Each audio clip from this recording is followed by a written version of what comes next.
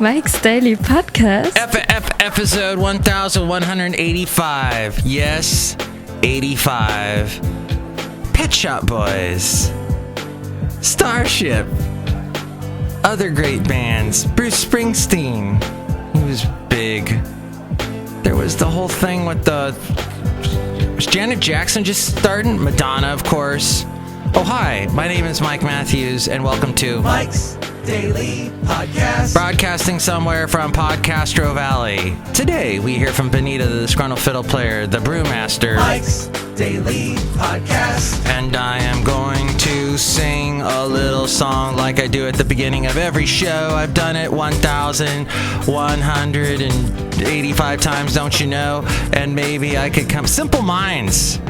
Don't you forget about me and of all the things she said.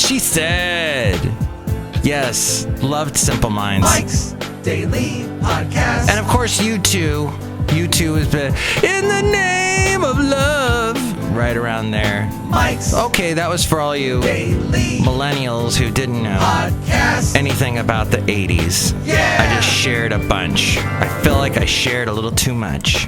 But that's how I feel at the end of every podcast that I do. I watched a documentary on Netflix. I began watching it about steampunk. Vintage something is what it's called.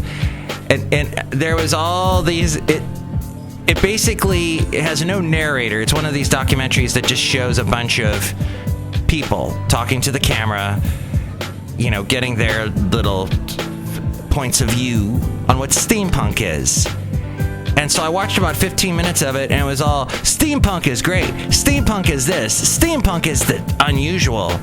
And every single one of them was someone like you would meet at one of those places that... Do you have one of these role-playing games with the dice and everything? Like Dungeons and Dragons? Do you have one of those places near you? I have one near me in Podcastro Valley. And I love those people. They're creative, they're fun, but always a little bit quirky. And a little bit quirky is awesome, but the level of quirkiness ebbed and flowed as I was watching this documentary. And of course, everybody's made their own costumes. That's part of the steampunk thing. You go for the Jules Verne look, the Victorian look, but with a tinge of scientific. And that's what... Look who just walked in. Just now. Just right there. I forgot who is coming in today. Oh, there you are.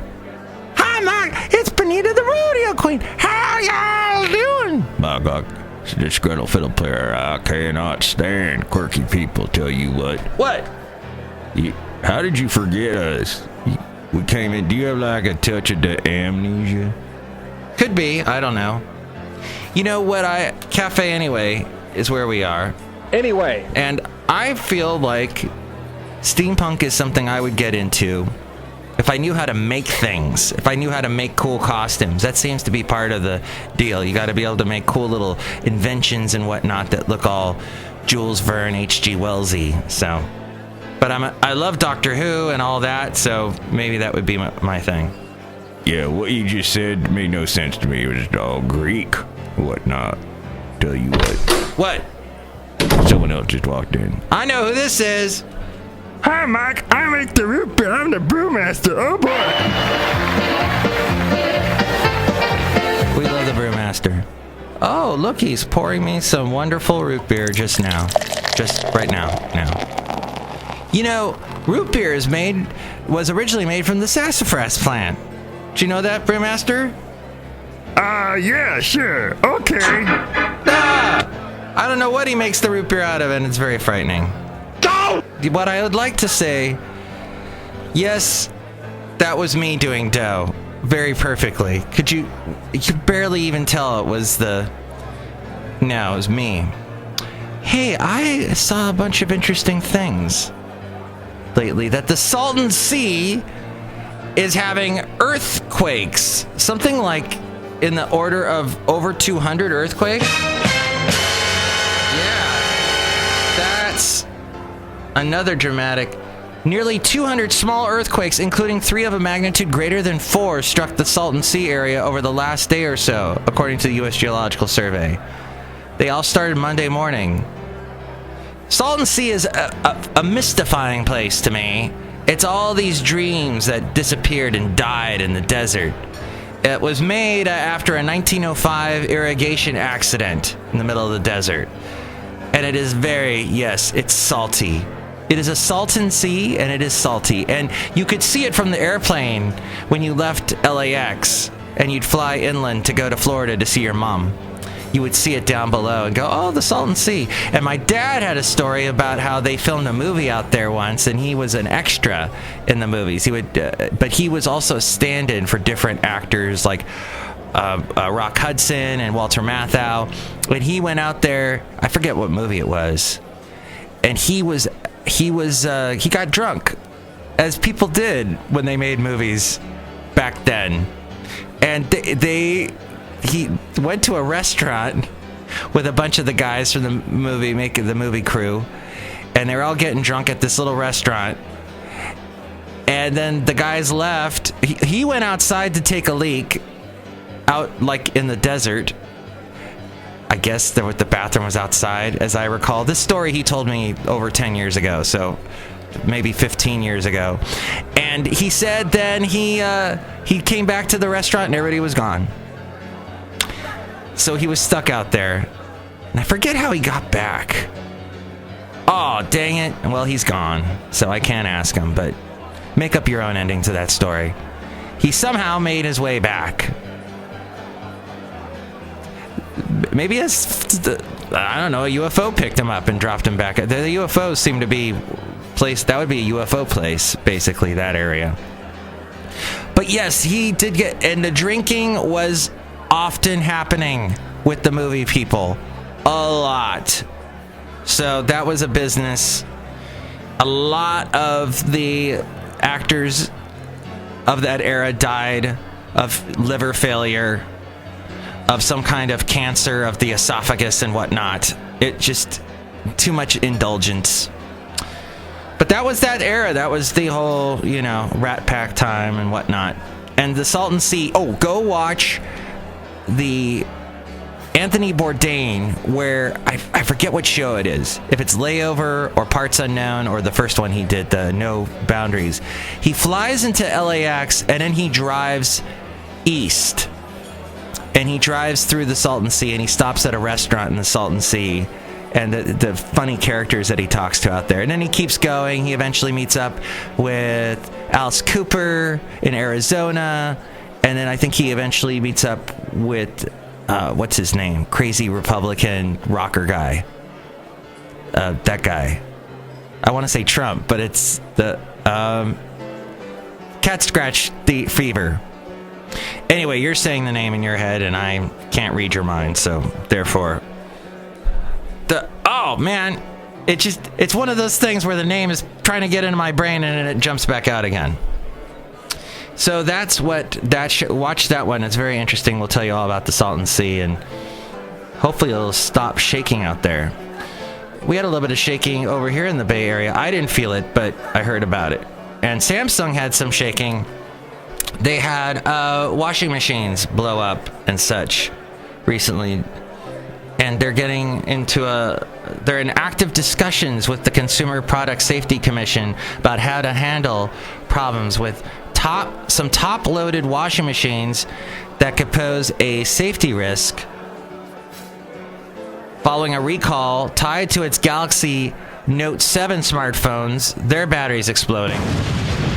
In a statement released yesterday, the electronics giant says the issue affects washing machines made between March 2011 and April of this year.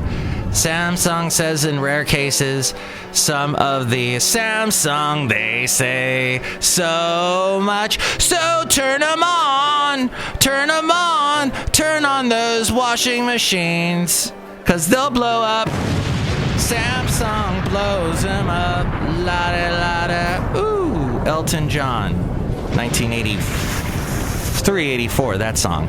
Some of these machines could experience abnormal vibrations when washing bedding, bulky, or water-resistant items. The problems could result in a personal injury or property damage.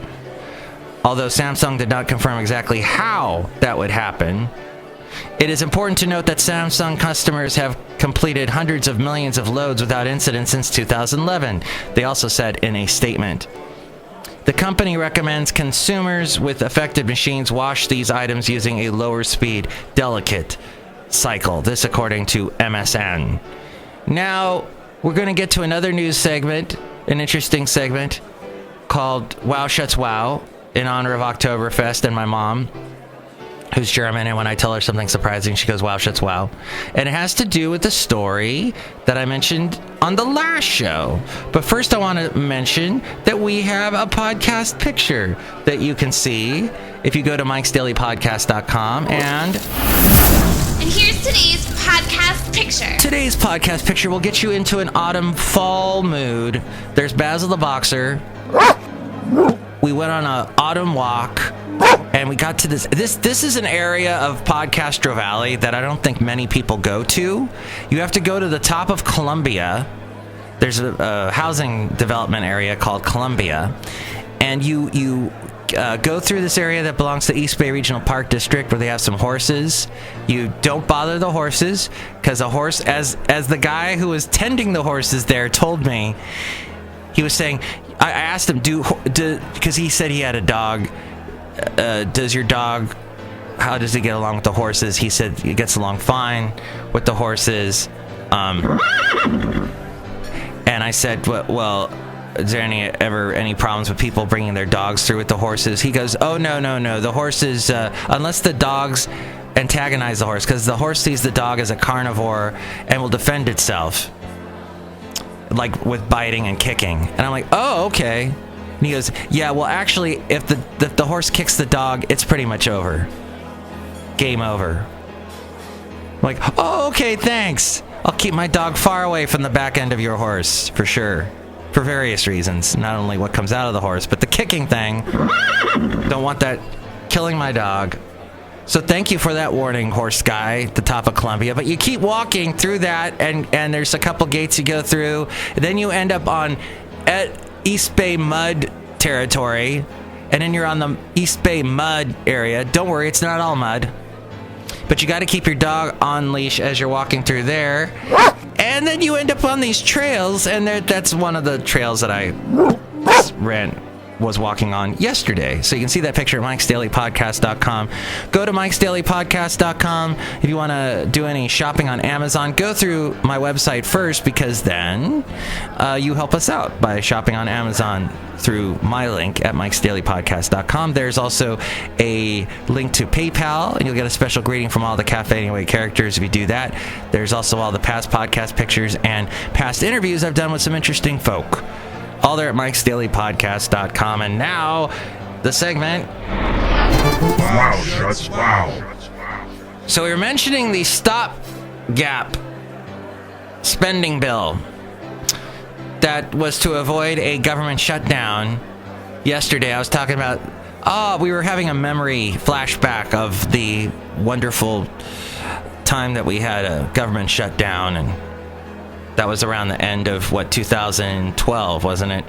Averting an election year crisis, though, Congress late last night sent Barack Obama a bill to keep the government operating through December 9th and provides $1.1 billion in long-delayed funding to battle the Zika virus. You may remember President Obama wanted to put money into that months ago when this all first started coming out about the Zika virus, but the Republicans said, nah. The House cleared the measure by a 342 to 85 vote just hours after a bipartisan Senate tally.